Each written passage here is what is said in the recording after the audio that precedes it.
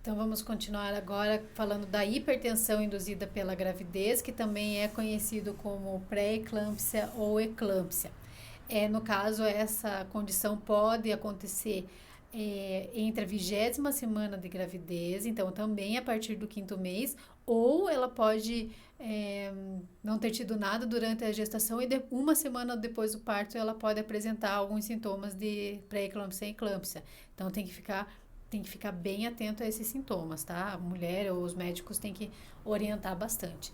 E essa doença é a mais séria de todas que a gente está falando aqui, porque ela é mais urgente, é aquela que tem que ir para o hospital, porque senão o bebê vai nascer prematuro ou ela já está tendo bebê, então é algo que é mais urgente e a gente precisa prestar atenção principalmente nos fatores de risco.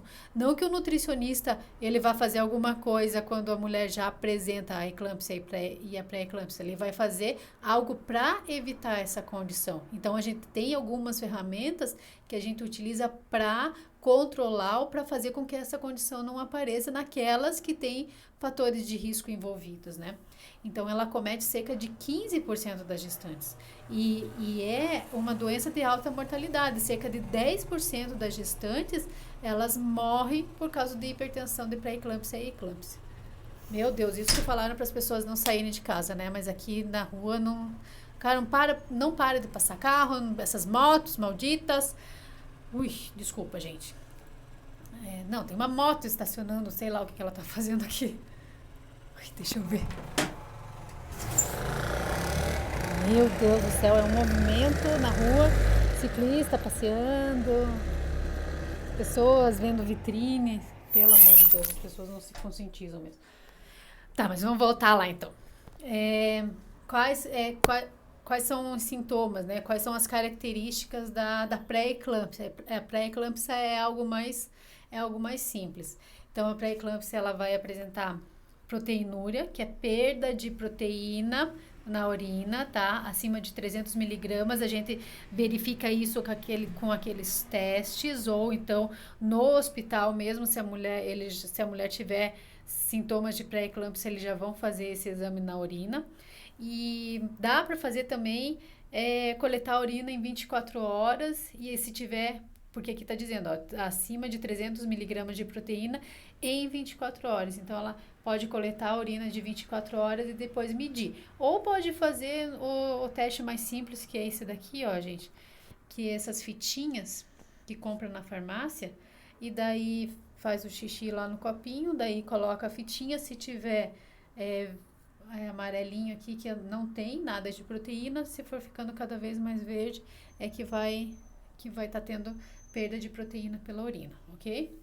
A pressão sanguínea tem que estar elevada, como o próprio nome já está dizendo aí, hipertensão induzida pela gravidez, então aumento de 14 por 9, e edema súbito. Não é aquele edema que as gestantes apresentam, assim, que ao longo do dia elas vão ficando mais inchadas. É aquela coisa súbita, principalmente no rosto, aqui pescoço, os membros inferiores e até nas mãos, eles vão aumentar muito, muito rapidamente.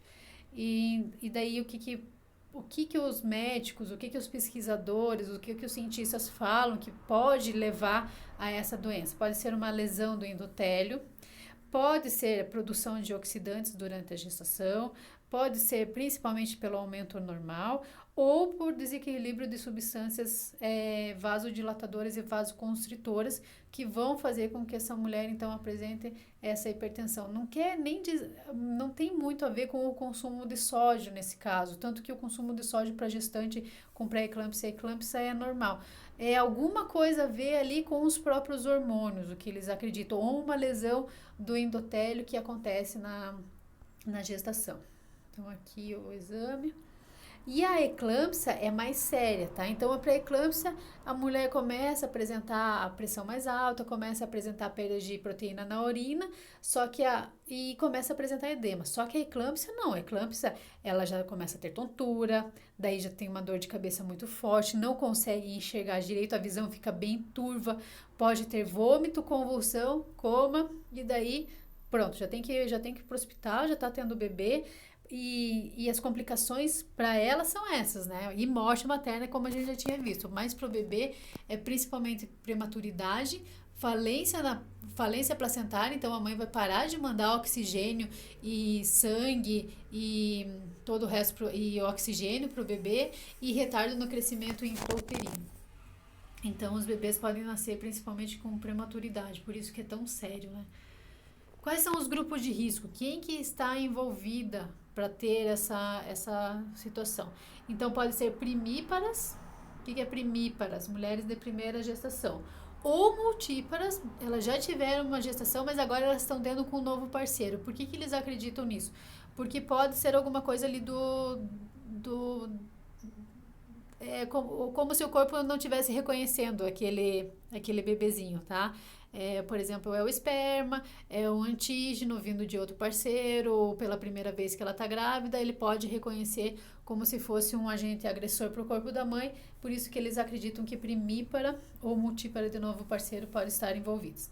Mulheres com menos de 20 anos ou mais de 30 anos, aquelas que apresentam sobrepeso ou ganho excessivo de peso na gestação, que já tiveram história de hipertensão, tem história de hipertensão na família ou que já tem hipertensão, aquelas que tiveram gestação múltipla e dietas hipoproteicas. Então, gestação múltiplas, no caso de mulheres que estão grávidas de gêmeos ou trigêmeos. E dietas hipoproteicas, a gente já vai ver o porquê da importância da proteína nessa situação. Então, sempre aqui tem que dar atenção especial para as mulheres que possuem um ou mais grupo de risco, para a gente tentar evitar essa condição no futuro, tá? Então, esses fatores aqui, se apresentar um deles ou mais, já se enquadra no grupo de risco. Aí, sempre diminuir a velocidade do ganho de peso, né? E a melhora na qualidade da dieta. A energia também é 30 a 35 quilocalorias de peso ideal pré-gestacional, tá? É pré-gestacional, gente. Não sei por que eu coloquei gestacional ali. E a dieta aqui, nesse caso, vai ser hiperproteica. Pode colocar 20% de proteína e sempre lembrando de presença de fontes proteicas de alto valor biológico, presente nas carnes, tá? Presente no queijo, principalmente nos ovos, nas carnes de todos os tipos, bovina, suína, ovina, caprina, de ave, peixes também, porque elas são mais absorvidas e elas contêm mais proteínas também, né? Principalmente o ovo, que é uma proteína de alto valor biológico, que é a mais absorvida de todos e que é uma fonte de proteína barata, principalmente para aquelas que são vegetarianas ou então para aquelas que têm uma condição socioeconômica desfavorável. E qual que é a importância de ser uma dieta hiperproteica? Porque a proteína, ela vai facilitar a síntese da albumina. A albumina é aquela proteína que regula o equilíbrio hídrico nos compartimentos celulares. É ela que faz com que não tenha o inchaço, é ela que é importante justamente por causa do edema, tá, gente? E porque também, às vezes, a grávida pode apresentar perda de proteína na urina e isso vai evitar também. E os níveis normais de albumina levam a diminuição do edema e também a diminuição da pressão arterial. Aí, carboidrato, diferente da diabetes gestacional, pode aumentar um pouco, 50, 60, mas mantenham 50, porque a proteína vai estar aumentada. E lipídio aumentem para 25, que é melhor também para não dar tanto carboidrato, porque carboidrato pode levar a um ganho excessivo de peso na gestação.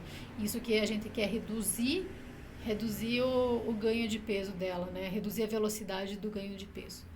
Daí, assim, ácido graxo linoleico mostrou prolongar a gravidez e diminuiu a pressão arterial. Só que tem que cuidar porque o ácido graxo linoleico, o ômega 6, é um vasodilatador, tá? Daí aqui as fontes são óleo de soja e as oleaginosas. Mas os médicos, eles pedem que tenha bastante precaução, justamente porque ele é um vasodilatador, que às vezes ele pode dar sangramento, então tem que cuidar com isso. Mas uma coisa que eles focam bastante é que o sódio a diminuição do sódio não vai ter efeito positivo, não é diminuindo o sódio ali que vai fazer com que ela tenha redução da pressão.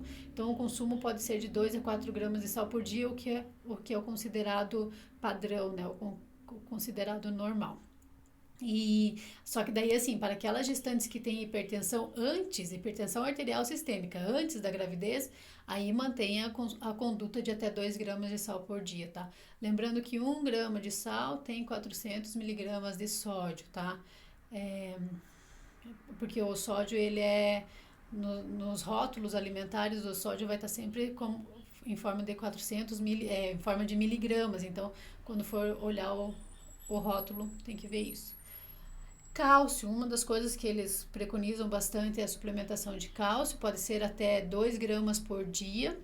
Lembrando que se for dar cálcio, também é importante dar magnésio e vitamina K, a K2, MK7, porque eles facilitam a absorção do cálcio para que o cálcio vá para o lugar correto, tá? Não para órgãos, se depositando em órgãos. Então, porque a gente tem que cuidar muito quando a gente suplementa cálcio, porque pode aumentar o risco de pedras nos rins, né? A nefrolitíase.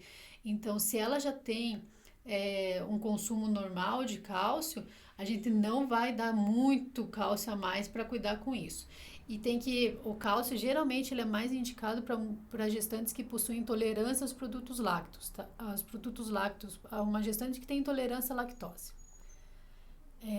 Daí aqui eu trouxe uma forma de suplementar, 2 a 4 comprimidos de carbonato de sódio por dia, sendo que cada comprimido equivale a 500 miligramas. O problema é que o cálcio, ele é muito volumoso, então as cápsulas, elas não podem ser feitas com 1 ou 2 gramas de sódio, então por isso ela tem que fracionar no dia ou tomar mais cápsulas para conseguir, então por isso que tem que ser mais cápsulas ao dia. Também vitaminas antioxidantes, vitamina C ou vitamina A em forma de beta-caroteno, o selênio, que daí não é uma vitamina, é um mineral, o selênio, o manganês, alimentos que contenham essas vitaminas e esses minerais para diminuir... Ai, meu Deus, agora tem uma pessoa passando com um carro aqui. Uma música. Então, voltando lá, da vitaminas antioxidantes, porque está relacionado com os agentes oxidantes que a gente viu no início dessa aula. Ok, gente?